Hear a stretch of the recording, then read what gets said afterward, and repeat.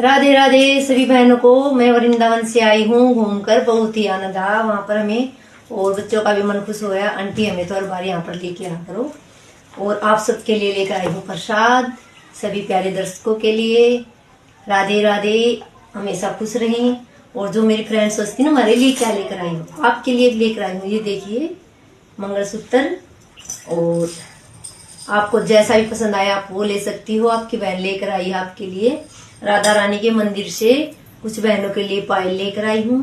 जितने भी मेरे बच्चे मेरे साथ में गए थे उनकी मम्मी के लिए भी मैंने कुछ गिफ्ट दिए थे, और आप सबके लिए भी हैं। और जो मेरी ननद है प्यारी, उनके लिए लेकर आई हूँ राधा रानी की चुनरी।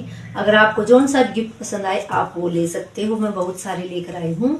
और मेरे लिए लेकर आई हूँ रुद्राक्ष की माला, और मेरा ये आसन देखिए पूजा पाठ करने के लिए, मुझे बहुत पसंद है ये चीजें। और